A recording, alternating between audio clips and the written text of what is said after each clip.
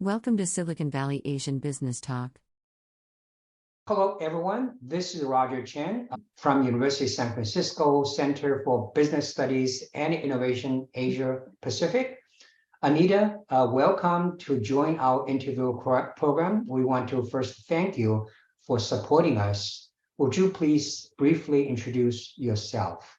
Thank you, Roger, for this opportunity. My name is Anita Manwani, and I have been in Silicon Valley for many, many decades, way before some of the freeways were in place.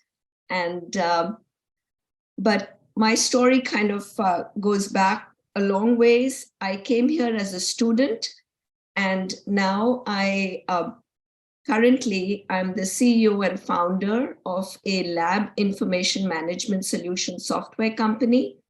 The company is called Relims. We are doing business as Relims, though we started out as Carobar Business Solutions. And prior to that, I was a senior executive with Agilent Technologies and Hewlett Packard. And prior to that, I was in a startup in a robotics company. And I have two hats. My other job, which is a voluntary job, is the president of TiE Silicon Valley. And TiE has been around for 30 years. So we'll talk about that, later on in this conversation. Discussion topic: My startup, grow from an accidental opportunity. I understand you kind of founded this company called Carobar in 2007.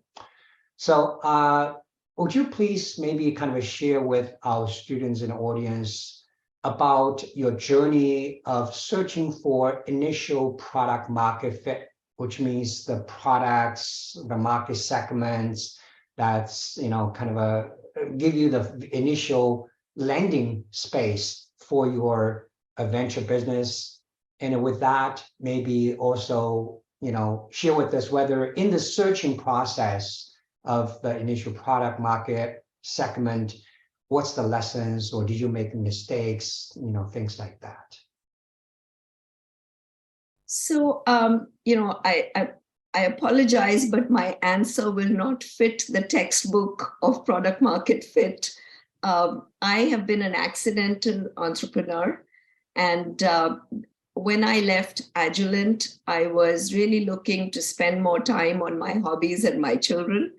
But within the week that my departure was announced by the company, I got involved with a private equity firm to help them with a merger acquisition. And in that course, I happened to meet a law firm, and a friend just wanted me to come in and talk to them about software solutions.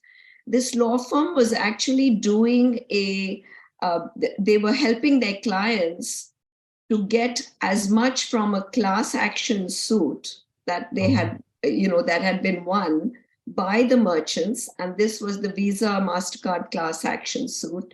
It was a multi-billion-dollar suit. So the law firm was getting clients like Walmart, Nike, Microsoft, and others, and looking at their 7-year data to figure out how they could represent their clients to get the maximum out of the bounty in the class action suit. And so, but they had, paper receipts, which were filling up a room of maybe a 8x10 room. Wow. And so this friend said, why don't you come with me and just tell them these problems are solvable with software?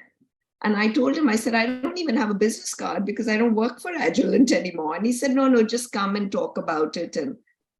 And I went with him. I told him I don't drive to San Francisco. I don't like driving in San Francisco. And he said, no, I'll drive you.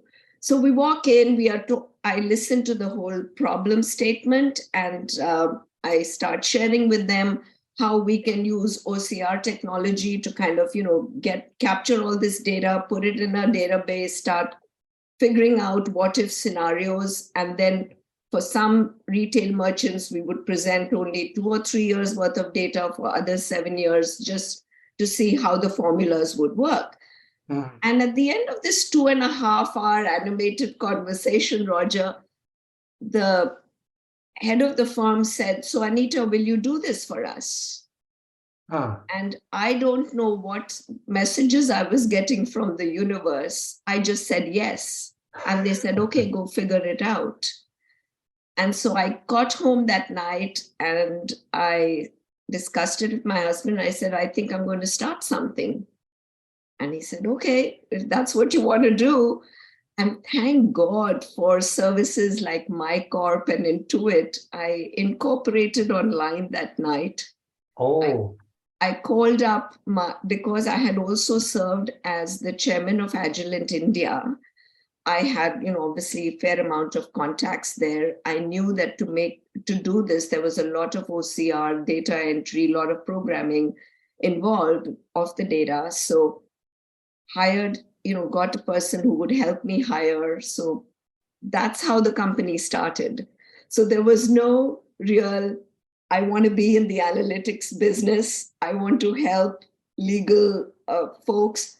I mean, none of that. It just happened. And then we just started.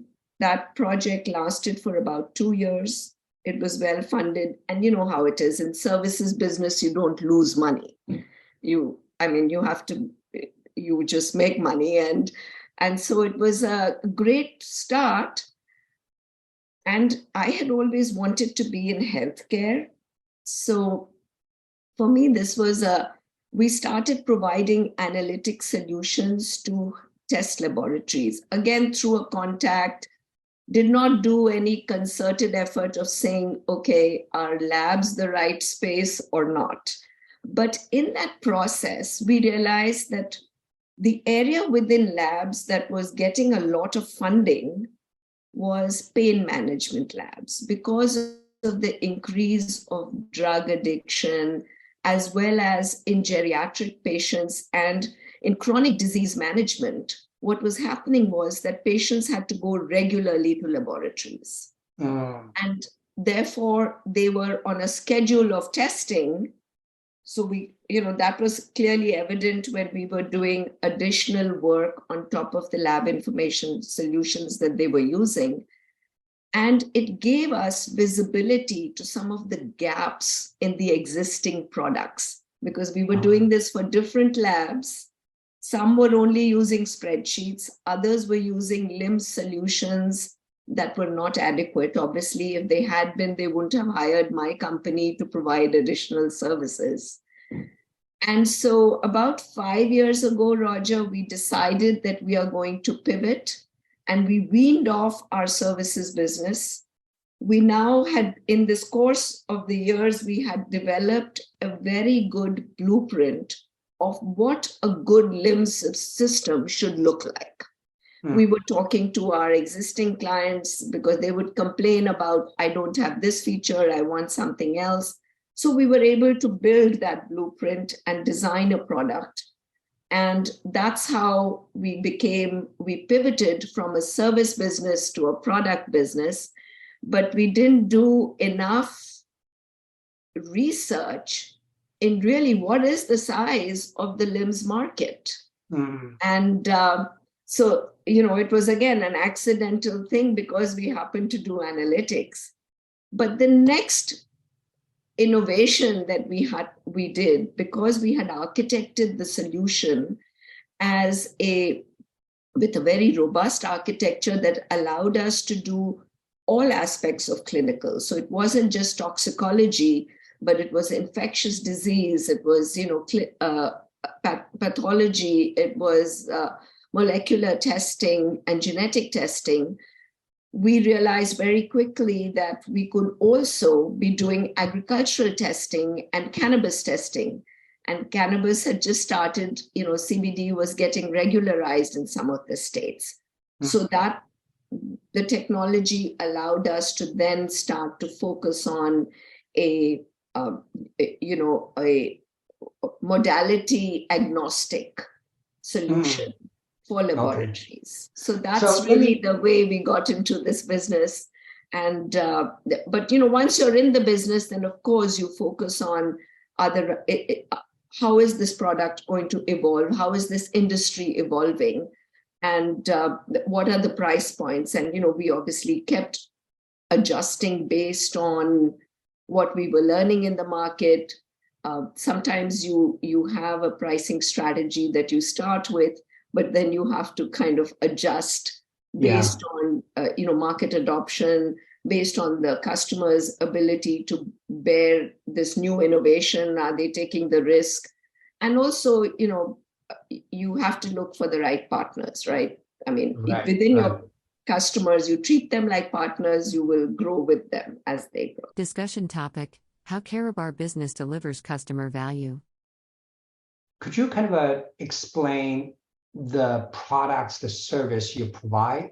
So to provide some kind of a context to better understand your journey that you discussed earlier.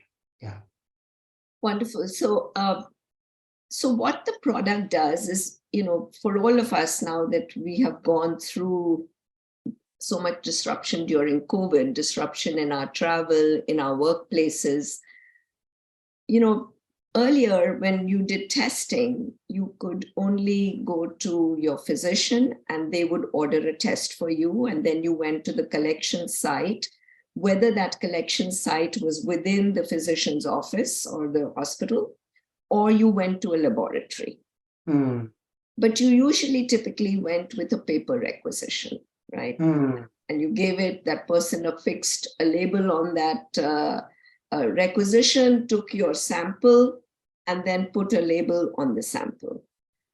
What we did was we actually automated the entire process. So the intake could happen at collection centers, whether it was with a QR code that you scanned with your iPhone, or you used your PDA. And then when COVID hit, that iPad or the PDA device was being used by collection centers. If you recall, Roger, we would go into a parking lot and then, you would fill out the information. And typically there was a collection person who was asking you your name, taking a picture of your ID.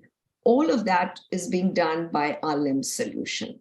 And then once that sample enters the laboratory, there is a lot of scientific process, right? You have to prep the sample. You have to make sure that it is the sample is not contaminated in its delivery. And you have to then insert the sample through robots into a testing instrument.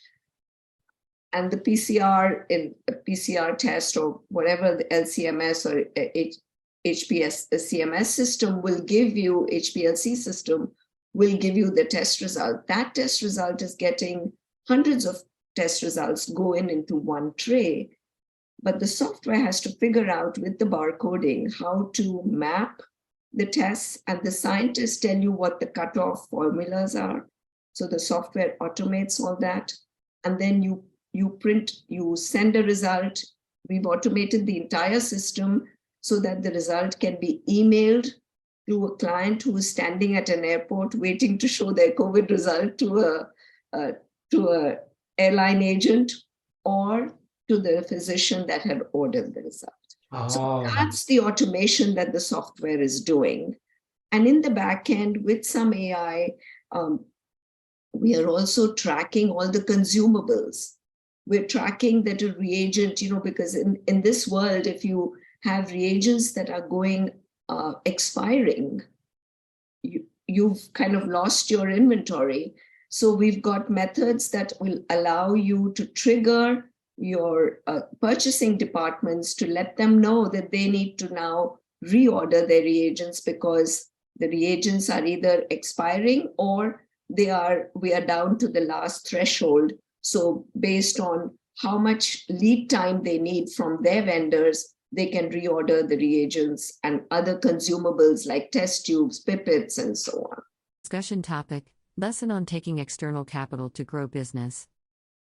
Share with some kind of a lessons you learned in expanding into these different type of product services.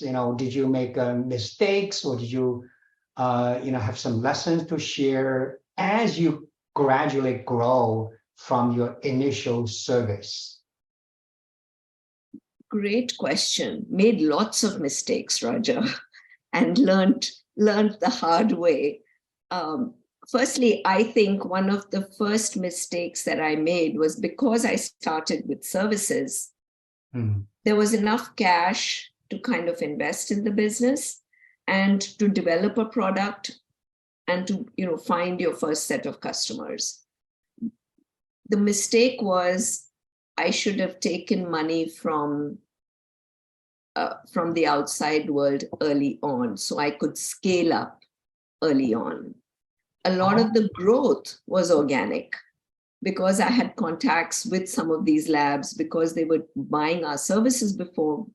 We then started to get referrals from them, from lab directors. And that was a very, that kind of expanded the business. But my failure, and not failure because I didn't attempt it, I just didn't go out and raise the money from outside, was a challenge in terms of rapidly scaling marketing and sales. And that was something that I should have done much earlier. We've now got that. We've got that engine going. And, we've got a team that does dialing for demos. We've got a team that is doing a lot of market research on where the target markets and where are the new labs that are opening up and so on. So that's, and perhaps some would say that it's also an advantage when you don't have external venture capital coming in, because it allows you to pivot into adjacent spaces, which we did. We pivoted and added cannabis. And as you know, a lot of there could have been a question mark as to why are you moving into cannabis? But for us, it was an opportunistic adjacent space. And so today we've got, customers that are in clinical, and of course our primary is clinical, and then we've also got cannabis customers, cannabis laboratories, I should say. We're not in the business of selling cannabis, but we have laboratories because of the regulations, both industries, whether it's, the healthcare industry, which is highly regulated with HIPAA and everything, and the cannabis industry with regulations is also very regulated in terms of THC content, in terms of moisture, mold, and all of those 108 categories that you have to test. So, these were, that was one mistake I would share, that, taking capital at the right moment to kind of scale up your business. And that's a lesson I learned. You kind of share with us your lessons of this process of exploring and evaluating various adjacent opportunities, and what's the lessons, because that's also very, very important issues many startup companies will face. So do you have any kind of a lesson to share with us about the approach, about the process of evaluating, testing, and growing these different and new areas, and also making adjustments? So, one of the lessons that I learned very early in my corporate career, and I was very happy that I worked for a company like Hewlett Packard, where the lesson was customer is always right, number one. And the number two lesson was, in order to succeed in selling, you must be a partner and a trusted advisor first. It's not just one transaction. And so the approach we took was the team embraced that completely. And we had key members of our team who were supporting and, talking to the customers as they were kind of deploying solutions and so on. So on a technical side, they were all trusted advisors. From a business perspective and a process perspective, I also spent a lot of time making sure that I could build that trusted advisor relationship with at least a couple of the labs in each of the verticals, so that we could share with them best practices that we had learned from other labs, so they could see the value in kind of getting our opinions, but also they would share with us some of their challenges and some of the innovative workflows that had to be put in place during pandemic. And we had these trusted labs gave us the opportunity, these trusted partnerships with these labs gave us the opportunity to really design these processes. So that was a lesson that got reinforced in my entrepreneurial career, but it was a lesson that I had learned early on in my corporate career.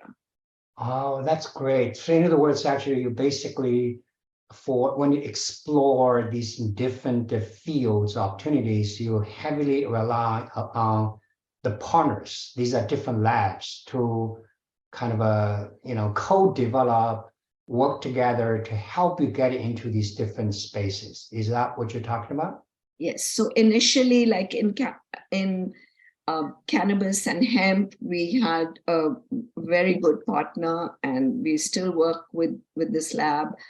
And even in COVID, the first couple of customers in COVID, I mean, we were doing enabling testing at schools, in public sites, in Hollywood studios, in exercise studios.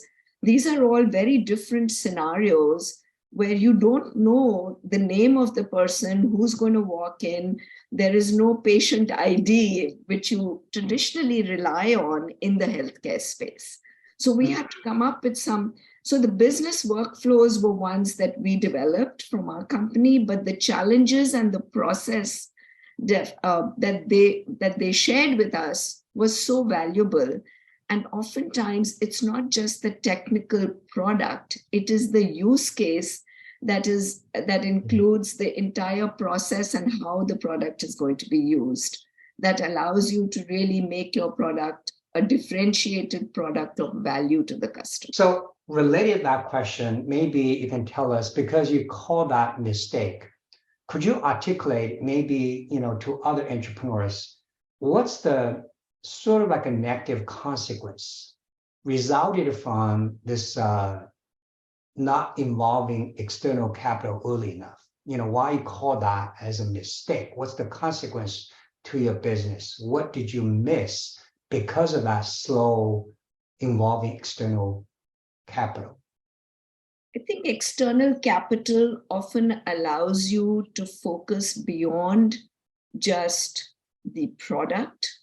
It allows you to make investments. In my case, it would have allowed me to make bigger investments in marketing and sales, which is a very important thing. A lot of times, because there is so much activity going around product development and there is adoption with few customers, you get the sense of success and progress.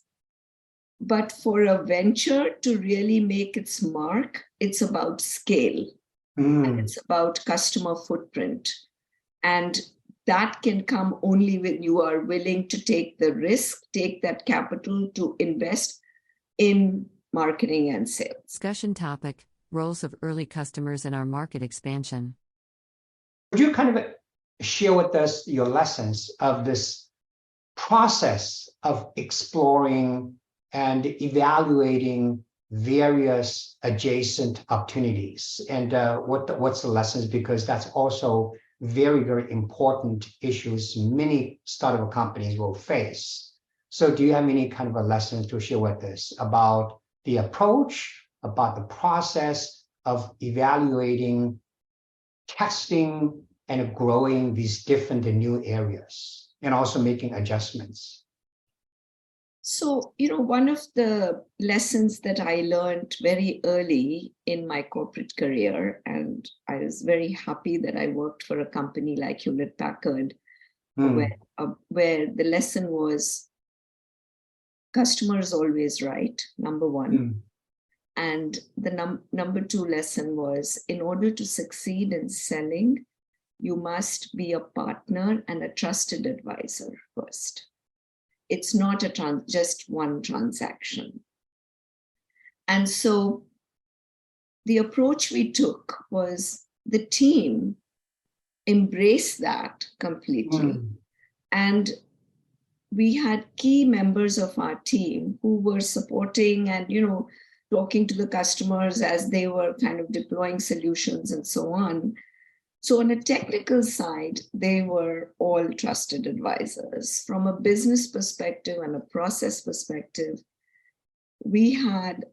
I also spent a lot of time making sure that I could build that trusted advisor relationship with at least a couple of the labs in each of the verticals, so that we could share with them best practices that we had learned from other labs, so they could see the value in kind of getting our opinions, but also they would share with us some of their challenges and some of the innovative workflows that had to be put in place during pandemic. And we had these trusted labs gave us the opportunity, these trusted partnerships with these labs gave us the opportunity to really design these processes. So that was a lesson that got reinforced in my entrepreneurial career, but it was a lesson that I had learned early on in my corporate career. Oh, that's great. So in other words, actually, you basically, when you explore these different fields, opportunities, you heavily rely on the partners. These are different labs to kind of co-develop, work together to help you get into these different spaces. Is that what you're talking about? Yes. So initially, like in cannabis and hemp, we had a very good partner, and we still work with this lab. And even in COVID, the first couple of customers in COVID, I mean, we were doing enabling testing at schools, in public sites, in Hollywood studios, in exercise studios. These are all very different scenarios where you don't know the name of the person who's going to walk in. There is no patient ID, which you traditionally rely on in the healthcare space. So we had to come up with so the business workflows were ones that we developed from our company, but the challenges and the process that they shared with us was so valuable. And oftentimes it's not just the technical product, it is the use case that includes the entire process and how the product is going to be used, that allows you to really make your product a differentiated product of value to the customer. Discussion topic: criteria guiding our market entry decisions. When you evaluate these different new opportunities, do you use certain criteria or certain process to help you say yes or no, or we will try to determine the attractiveness of these different opportunities? So I think the first, yes, we do use criteria. And again, if I refer to any management book, there's probably 4 or 5 main criteria that you should go by. As a smaller company, you really, the 2 criteria that were always on top was, can we as a team deliver the solution? Is our architecture and our basic technology at its stage where we can add a modality very easily? So can we deliver the solution? And can we leverage 90% leverage what we've already got? Oh, okay. Because that really determines how much investment you're going to make into it. Yeah. And then the second piece is, what is our ability to be able to offer the solution in that industry? So for instance, there's a lot of things that are going on in the food business, right? It's huge. Testing is very big in the food business. Yeah, yeah. When we first got test laboratories that were testing ingestibles, which were, which today you can buy from a regulated dispensary. So it's a gummy bear, for example, or a piece of chocolate. Okay, so we do that testing through our labs, and our software enables that. But does that mean that we are ready to do full-fledged food testing? For a chocolate factory, or for a cookie manufacturer, and or for a cornflakes or cereal manufacturer?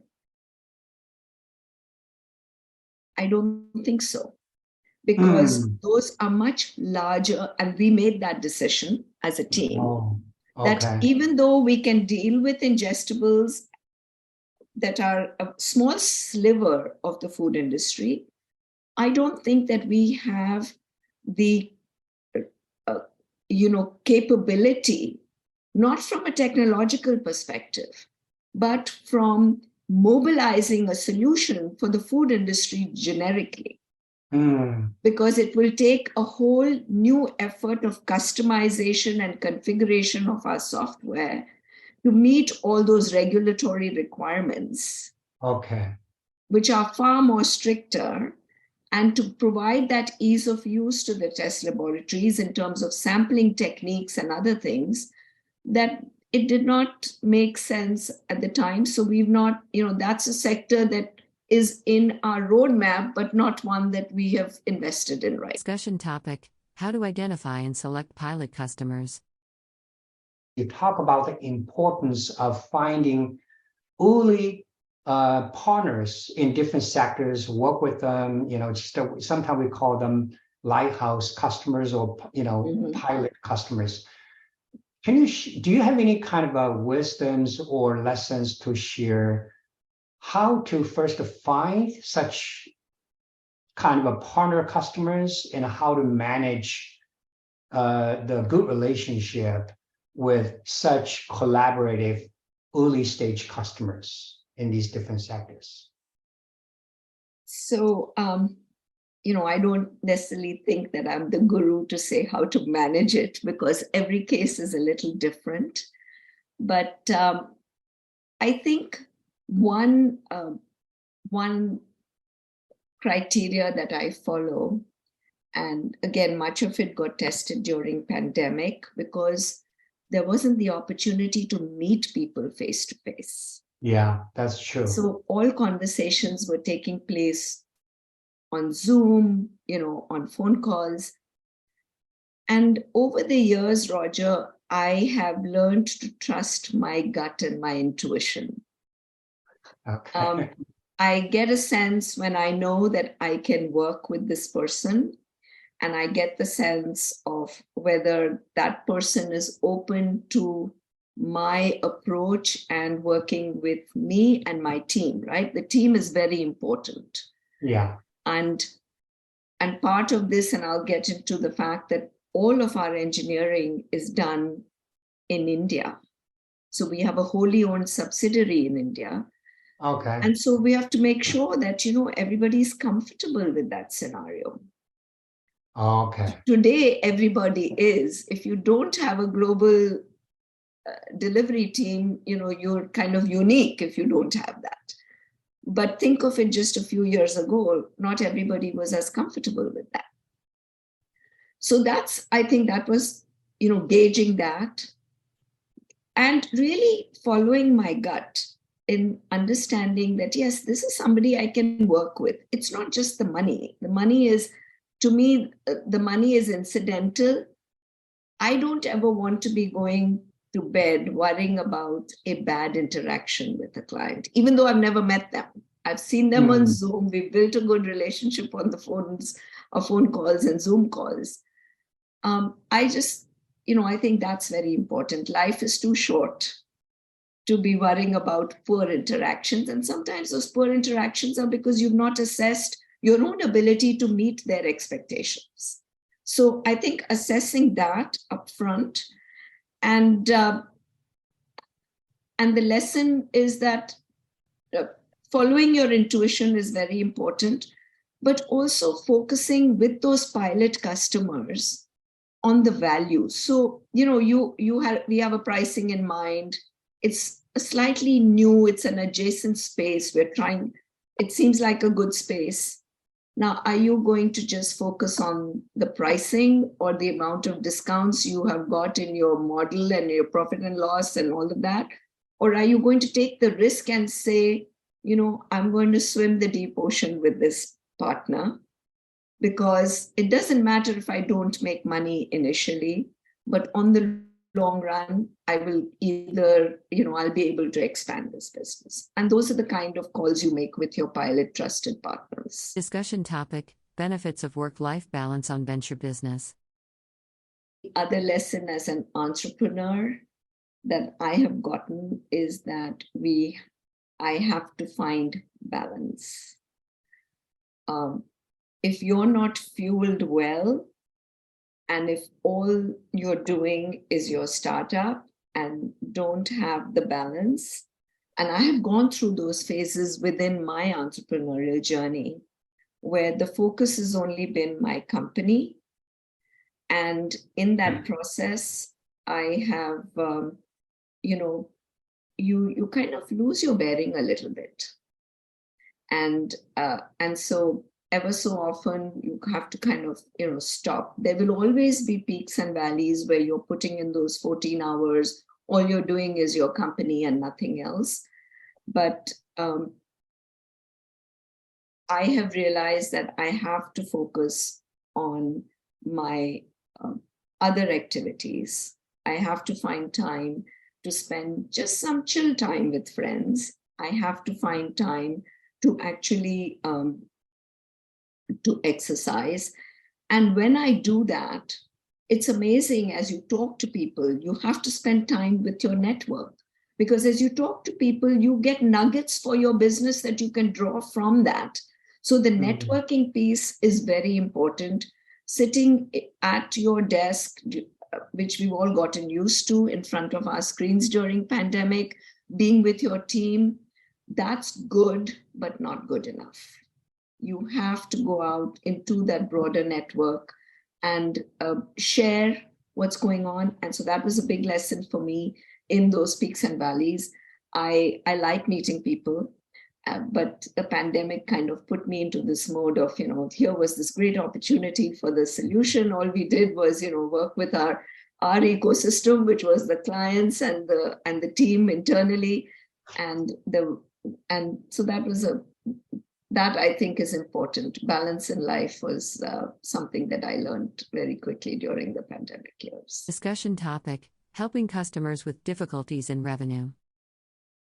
My next question relating to your company's general kind of a strategy and a philosophy in dealing with what do we call the risks? Because every time you expand or change your products, you always face this kind of risk. Some very different products, different services tend to be highly risky, but potentially high return, because it could be very different, very new, but bringing high return. So that's a risky part. Versus another approach tend to be more conservative, just a tweak, incrementally improve the product services. So between these two kind of approaches, like, let's call them radical changes, which high risk, high return, versus more incremental approach, kind of a changing the product service business practice. What is your company's, kind of a practice? Maybe you do both, and maybe tell us actually, under what situation you do what and why you take these different approaches. So we do both, because there is no one size fits all. Yeah. And the risk we take, sometimes is with clients, right? The size of the client. And even though our focus and our target market is typically the small to mid-sized labs, during COVID, we saw many, many labs mushrooming all over the country. Oh. And some of them didn't even have lab experience. So we took the risk. Some started for 2 months and then collapsed because they couldn't, they didn't have the marketing and sales to actually bring in the samples or the partnerships with physicians to bring in COVID samples. And so that was a risk, but we took that risk with them. We invested our time to help them understand what the processes were because we had already done it with other labs. And we customized, they paid for some of it, they didn't pay for the other piece because they never really took off. That was a risk and it didn't pay off. But what did we learn from this? 2 things. One was, what is your timing of engagement? So even though a person signs a contract or a company signs a contract, they tell you a good story, but you don't have the ability to send someone physically to every site to figure out what's going on really. That's number one. And number 2 is, in that timing, you have to figure out when you will really start your process of engaging. How do you balance that with your enthusiasm of being a good partner and saying, okay, as long as you've signed the contract, we'll start working with you till your equipment comes in. That way, the minute the equipment comes in, you're ready to go. People love that, right? They liked us for that because we wouldn't go just by the book. But we also, had some collection issues as a result of that, because if they failed, we didn't get payments. Yeah. So, but there's also the other aspect. So that was a risk that we took. And again, some of it paid off. Some of those clients took longer, but they came back. And the other thing is being persistent, right? We've had scenarios where with some of our labs, because we saw that post-COVID, COVID tests stopped, they were getting a lot of funding from the government. So their revenue dropped. It was difficult for them to pay. So you kind of either help them now with the innovation piece. That you've got instruments, you've made capital investments in your CapEx with these large instruments, PCR instruments that can now move to doing other infectious diseases. So leverage, helping them understand that is possible as long as they have some inroads into sales and marketing. This actually led to an innovative idea for us as our solution, is we came up with this concept of a network of labs and enabling laboratories who had a lot of capacity but didn't have samples, and those labs that had a lot of samples, but because there is a time limit within which those samples have to be processed, we were able to move and enable the movement of samples from one lab to another within that system by looking at what was the availability, by having predetermined engagements and allowing for labs not to worry about, new barcoding and all of that. So that was the secret sauce that allowed for that movement. And many labs actually were able to come out of that downturn because they were able to get some test revenue from other laboratories in our network.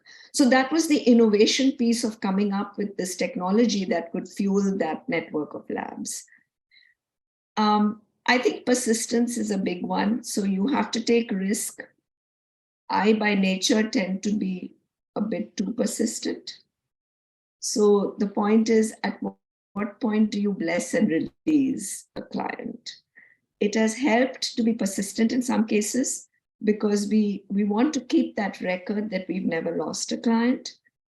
But at the same time, sometimes you have to start looking at the financial stability. So we've got systems in place that are monitoring from a dashboard perspective.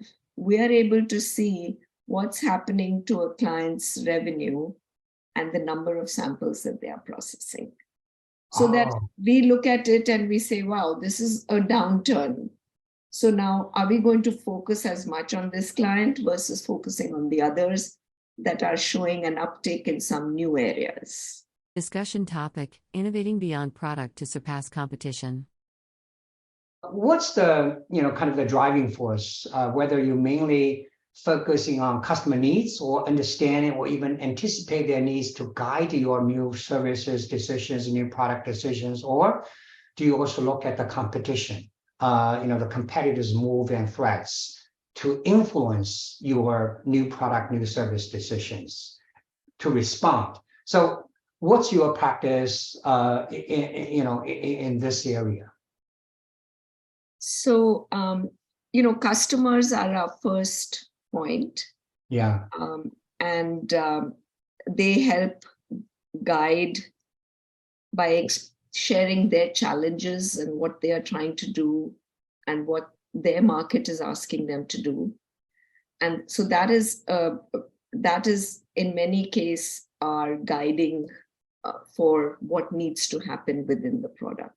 The other piece is that you can never keep your ball off the competition, right? It's software. It's innovative today, it's commodity tomorrow.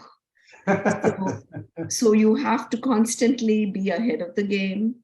And so we are constantly we were the first in the industry to kind of actually come up with this, a single solution for different modalities. We also were amongst the first to have what we would call traditionally the ERP solution for laboratories. That included invoicing, that included payment, that included inventory management. And you have that market leadership for a little while and your customers are saying, wow, but in this industry, everybody who's got a decent sales and marketing presence is talking to your customers, and your customers are saying, well, I'm happy with relims because they've also got inventory or document management or invoicing. And bingo, these companies we're not the smartest, we're all a bunch of smart entrepreneurs and companies. So they will listen to that statement, and in a few months, they will come out with those features. So yes, we do keep track of our customer and the competition, and technology has made it easy, right? The minute they are announcing something, the minute they've featured something on the web, you can find things out very quickly. So customers are our primary guide, and where we are promoting innovation is, for instance, when we are moving. An example of this is when we are moving samples between laboratories, or even let's say a farmer is sending a test sample to the laboratory. Now that test sample is actually traveling a distance, right? And it could be through UPS, it could be through any of the logistics companies. We actually then said, why can't we be like any package that comes through Amazon or through FedEx, where you're tracking things, because that capability already exists. So we integrated with those logistic company APIs, and we were able to, within our system, people could see where the sample was and how soon is it going to arrive. So was it true innovation? I mean, being in product development all my career, no, I mean, it's not like I created a new operating system or but the innovation was to leverage the logistics companies' APIs and integrate them and make sure that we were able to tie them in to fulfill the needs of our customers. We anticipated that and provided that. Discussion topic: Lessons, transition from corporations to startups. What are the lessons or, the wisdom you would like to share, and also the challenges for people to transition from the corporate world to the startup world? What's your advice on that? It is a change. I think in my case, I've enjoyed the journey completely. Mhm. I think the big change from the corporate world is, as an entrepreneur, if you're used to, being an executive in the corporate world, or even, being even as an engineer and an individual contributor, you have a lot of resources available to you. Someone else is worrying about the paycheck. Somebody else is worrying about administration and taxes. Someone else is thinking about, as an engineer, you're probably only thinking about, okay, what is the solution that I have to come out with? But somebody else is worrying about product market fit. Somebody else is worrying about, selling and support and maintenance and all of that, right? Or if you are in selling, if you're in marketing and sales, somebody else is worrying about the product and giving you a product to sell. Yeah. But as an entrepreneur, in the early stages of the entrepreneurship, you, your co-founder, your small team has to really wear multiple hats and be able to do all that and to be able to learn all that. You may not like to do your own taxes, but you have to at least understand it, so that you can send your statements to your accountant who might help you do that, right?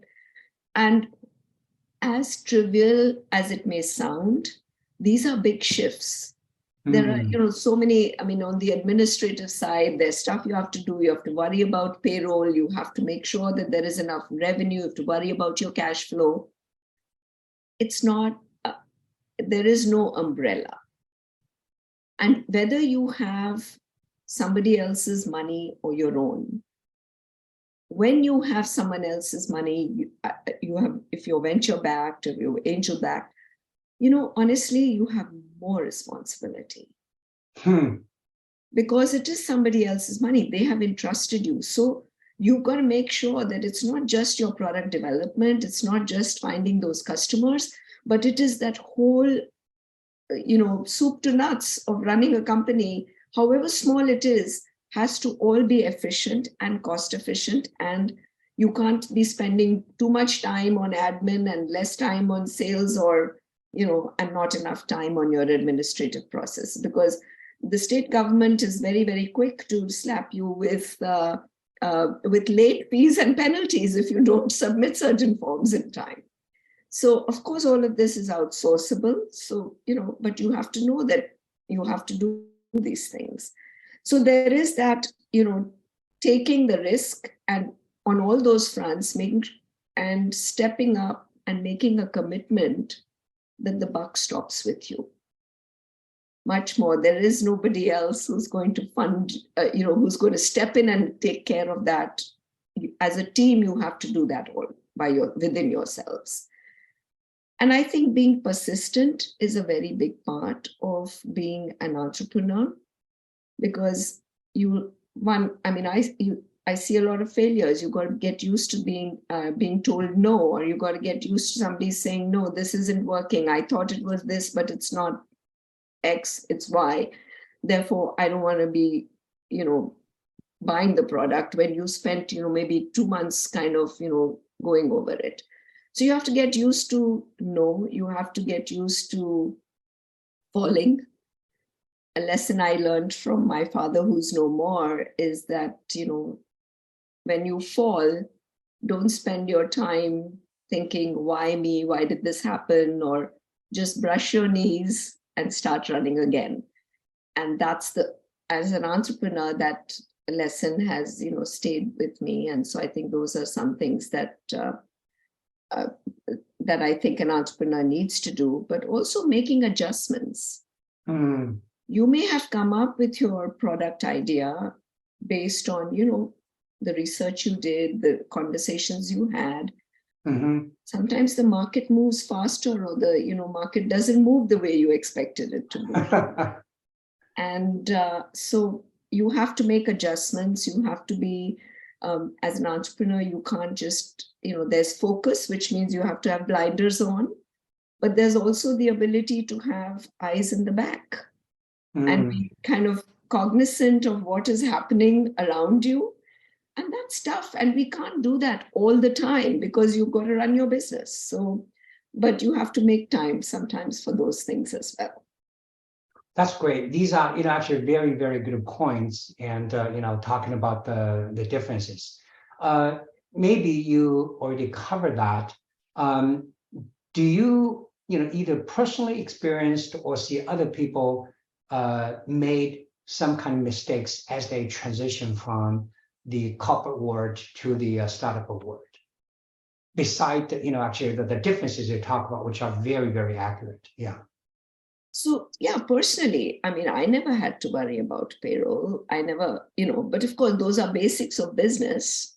When you manage your P&L, even in a company, you know what your cost structure is. You know that, so X number, if it's 2,000-3,000 people in your P&L, then you know what the cost is. You have all of that, but you're not worrying about cash flow.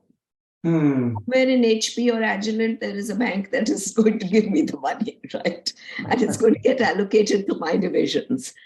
But I think that that is a big lesson that you learn very quickly, the focus on cash flow. Oh, okay. And also, what is the capital that you have to have in store just to have viability for a few months if things go down, right? That planning for risk. And so that was something that, you learn very, very quickly is cash flow management. For me, that was something I learned very quickly that again, my lessons were a little easier because it was a service business. So you don't lose money in that. It's easier to manage. But, once we pivoted to being just a product business, that was more of a challenge initially. The other mistakes that one can make is, you don't have an army like you do as an aspiring entrepreneur. And in the early years, you don't have the luxury of a lot of people. So within the company, so you have to also seek people outside your company in your industry to learn from them. And even if they're not in your industry, just talking to other mentors and successful entrepreneurs, you get ideas that may not have been ideas from within, because everybody has their landscape. So I think just putting some effort in that. And I think in some of my early years, I didn't put enough effort in that. And so that's something that then you learn quickly and you start to do it. And you seek for those, mentors in your space who, give you information either about the industry or whatever you're looking for to, where the gaps are. Persistence, and risk-taking, I think, are my two mottos. Discussion topic: managing Asian cultural identity in my career. I'd like to ask you whether your kind of Asian or Indian cultural background heritage kind of give you some advantages or benefits, or maybe on the other side, like a disadvantage or challenges when you pursue entrepreneurship activities. I'm a hyphenated American, right? And in my early years in my career, I think I was not as conscious about how we define diversity today. Oh, okay. When I worked at NASA Ames Research Center before I came to Hewlett Packard, and one of our assistants there would call I had a colleague who had a very long last name. And the last name was Subramaniam. And in those days, people didn't pronounce each other's names that were foreign to them correctly. No one took offense. And she would call this gentleman Subterranean. We would all just laugh, smile. No one took, no one thought it was egregious in any manner. I think in today's world, that would be frowned upon. And sometimes I believe, Roger, that because I should speak for myself, I was actually not as conscious in my early years that I was different, even though I stood out differently. I stood out. I didn't have the same color skin. I didn't have the same hair skin. And in addition to that, I'm 5'2". I'm really short compared to the average American. So these could have been disadvantages. I only learned later that they were disadvantages. So when I started out, I was very confident. And I think part of this is that I grew up in a country I came in India, which was very diverse in itself. But I also was very fortunate to have grown up with parents who believed highly in education. And so the thing that was, drilled into me was education was absolutely non-negotiable. Not that it was ever a point of discussion, but that was your ticket to success. And success was not an option. Mm-hmm. So with that, and I never thought, and I had a very good, stable childhood. My parents were loving. So, I just did not even think about some of the things that today's children and today's families face. We weren't rich, middle class, upper middle class family in India, but we never thought that we needed more. We had enough. And so back to this thing of, being Asian, that I think gave me a lot of confidence, because I was the first in my neighborhood in Bombay to come to the US for my further studies without having any relatives or friends where I was going. You must be very, very good accent in studies, yeah. So, and I was on a full scholarship. So for me, that gave me a lot of confidence. I felt like, okay, I can do this. But the second thing was that I didn't think about diversity and saying, oh, something is not happening because I'm different or whatever. I was just, this belief that I have to do well and I have to just give it my best. A story in HP was we were releasing our first HP UX Unix system. Uh-huh. And I had worked that entire Christmas, 24th, 25th, 26th. So much so that when I would drive into we had, the offices were gated. So you had to show your card to the, at the gate. And the guy told me, he said, you don't have family? Why are you here on Christmas Day? I was young, I was single. So, I didn't have family really. So here I was working. And at the end of that, my manager, right after the holidays, said, thank you very much. You did a great job. And, he thanked me profusely. And I said, why are you thanking me? It's my job. I had to get it done. I got it done. Please don't thank me. And he gave me a very good lesson. He was also a hyphenate. He was Asian American. And thank you, William, if you're seeing this. He said, Anita, in the Asian culture, we say the squeaky wheel makes the empty vessels make the most noise. But in America, we say the squeaky wheel gets the most grease.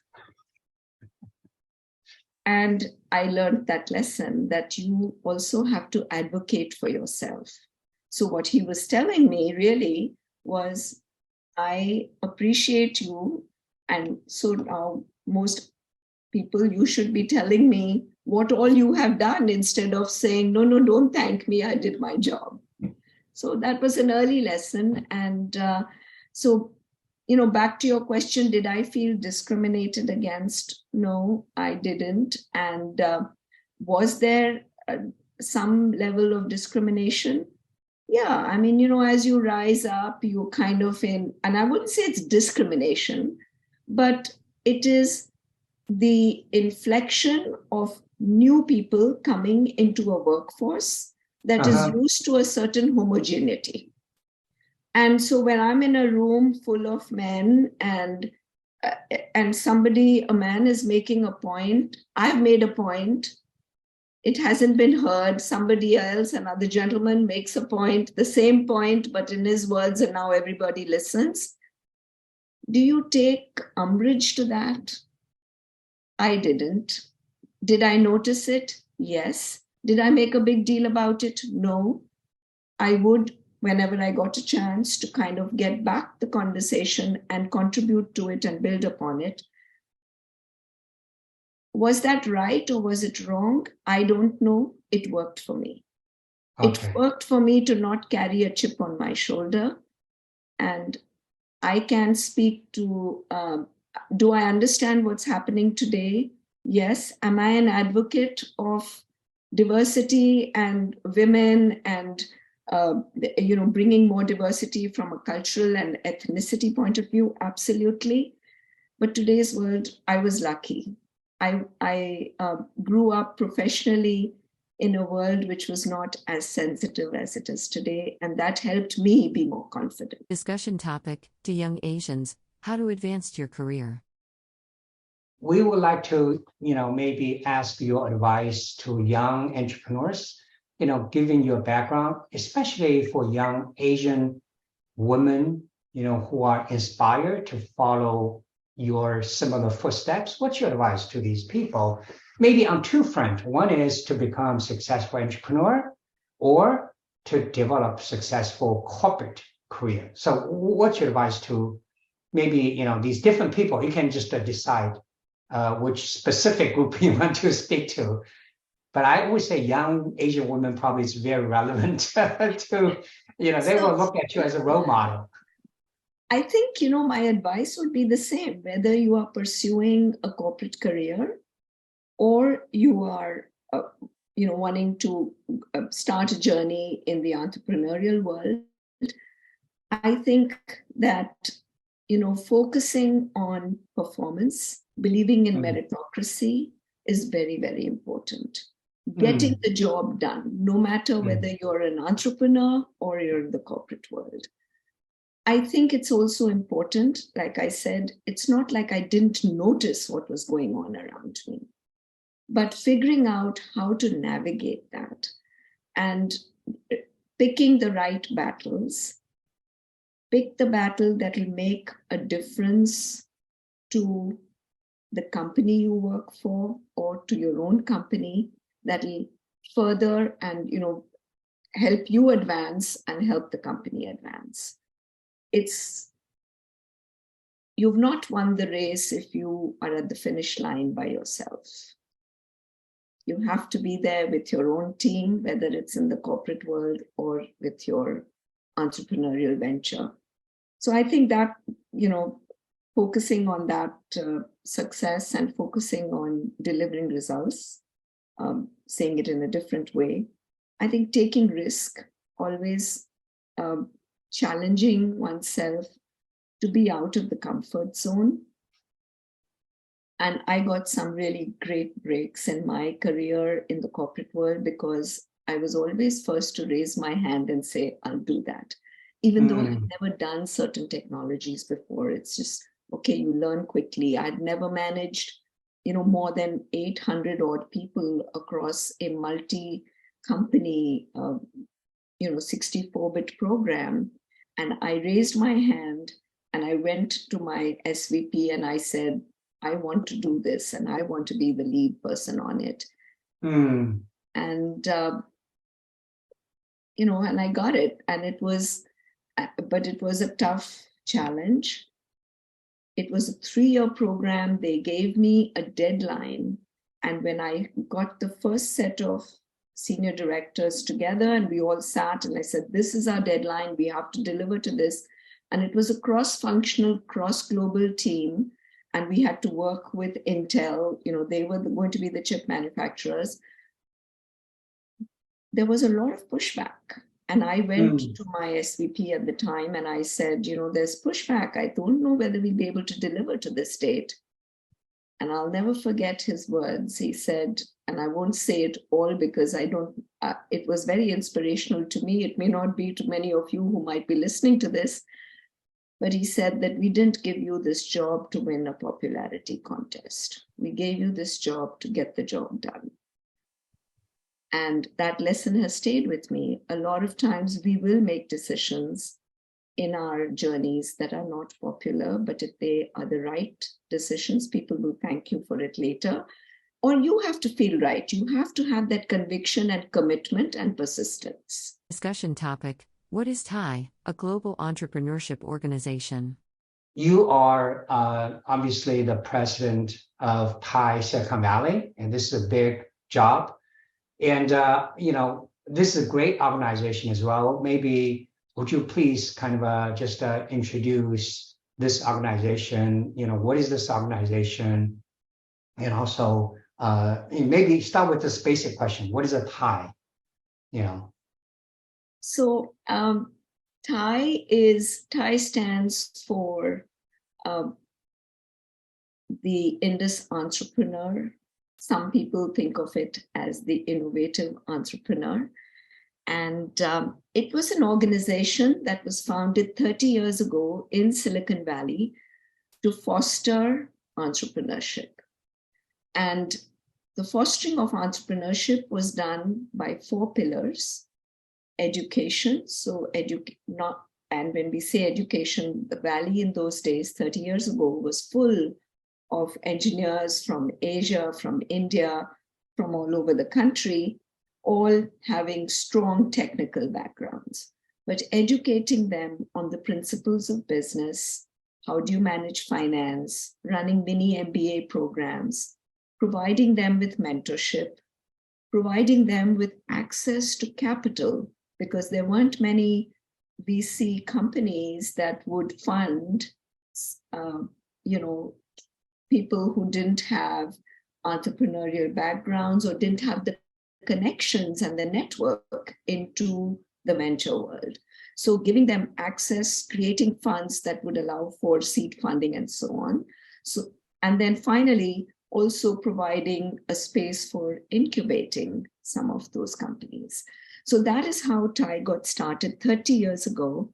And it's an organization that Silicon Valley is the founding chapter.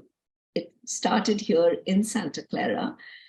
And what a great job the founders and the founding board members and past presidents and volunteers have done over the years, because over the years, it has grown to over 55 chapters across the globe.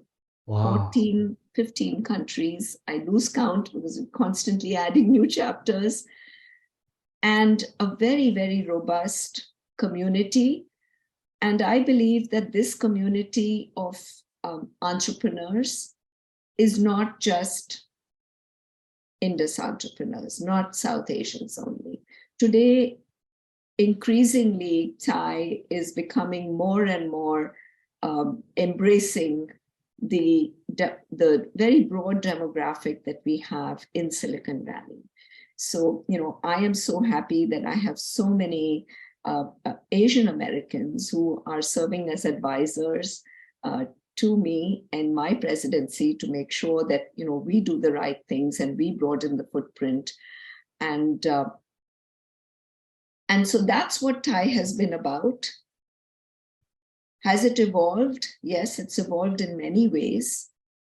Our focus now is also how do we take the entrepreneurship and those pillars across to the heartland of America, where we need to really rejuvenate more, get more jobs, get more focus on entrepreneurship. And we also are forging a lot more partnerships with universities, because we've got such a wealth of curriculum, a wealth of a network that provides mentorship. So we want to partner with universities to bring our programs and to provide a way to, really nurture that entrepreneurship in its early years. Our education programs today actually do focus on high school students, and we have the, partnerships with the universities, but we want to broaden that. Every year, TiE has a flagship technology conference called TiECon. And this conference has been on for the last 29 years. Wow. It occurs in May. This year, our conference is going to be from May 3rd to May 5th. On the first day, the focus on the first half of the day is programs. So entrepreneurs and students can sign up for boot camps for entrepreneurs, mini MBA programs. We have a pitch contest, which we call the Pitch 50. So anyone can apply. You don't have to be a TiE member. So encourage everyone to, register. And then during the 2 days, we have tracks that cover technologies, trending technologies. So to give you an example, last year we had a special track on supply chain and cybersecurity, because the post-pandemic world, we saw a lot of disruption in supply chain. So that was something we knew that people wanted to hear about and needed to spark innovation in those areas. We also had a separate track on cybersecurity because we saw that increase in fraud, and fraud detection became more important. This year, with the CHIPS Act and getting America ready for Made in America, we are introducing a manufacturing track. So we've got speakers from, the semiconductor giants like Micron, like Qualcomm, who are going to be talking about what they are doing with the CHIPS Act and bringing manufacturing into the country. How does this, impact the ecosystem of innovation? What kinds of software will be required? What kinds of ecosystem and technological ecosystem will be required to fuel that? And so that's a very exciting topic for us. And of course, through the pandemic, we've had healthcare as a focus. And as we increase the digital velocity in healthcare, there still continue to be, lots of opportunities with IoTs, with how do we deal with, even in the state of California, with some of our largest healthcare providers, how do we provide patient care how do we take care to the patient, not just have the patient coming to the provider? So there is lots of exciting conversations that we enable with the flagship conference. And throughout that day, there's networking opportunity. We have dinners, we have, deep dives. And then through the year, what TiE does is also provide forums that brings together corporate executives, entrepreneurs, and investors focused on a particular topic. So it could be supply chain. I myself hosted one last year where we brought the CEOs of major healthcare providers across the country with 2 unicorn entrepreneurs who were providing digital solutions for, having a common data format to allow for sharing of data.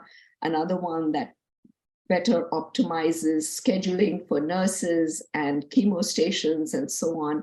So we have, we do this right through the year. We also have the flagship conference, and we've got mentors who are available to mentor young entrepreneurs. So that's what TiE is about. Very excited to be the first woman president elected to this job. So, and I look forward to, of course, all the entrepreneurs and young students who are there in your program, Professor Chen, so we can, get them involved. And I would like to continue this conversation to kind of have something real and meaningful in terms of a partnership. Thank you for watching.